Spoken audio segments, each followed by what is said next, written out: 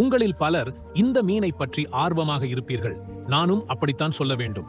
எனவே இந்த மீன் உறைந்து கிடந்த எரிக்கு திரும்பிச் சென்று அதை நாம் வெட்டி எடுக்க முடியுமா? மீண்டும் நீந்த முடியுமா? முதலில் எங்கள் அதிநவீன வரைபடங்களை நாங்கள் தயாரித்தோம். பின்னர் நாங்கள் ஷிப்பிங் செய்யத் தொடங்கினோம். துரதிருஷ்டவசமாக இன்று என் கையில் ஒரு ஸ்பட்பார் இல்லை.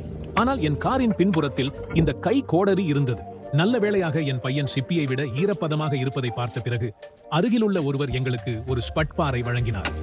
ரோஸ்கி எங்களுக்கு இந்த விஷயத்தை கடனாக கொடுத்தது ஒரு எளிய உயிர் காக்கும் கருவி என்று சொல்ல வேண்டும்.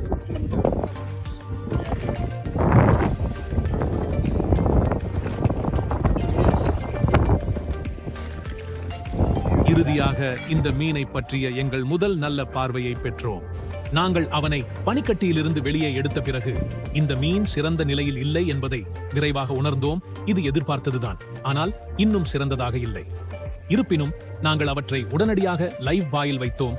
இந்த மீன் மீண்டும் வரக்கூடும் என்ற நம்பிக்கையில் ஏரேட்டரை இயக்கினோம். சகோதரரே, நீங்கள் சமைக்கப்பட்டதாக நினைக்கிறீர்களா?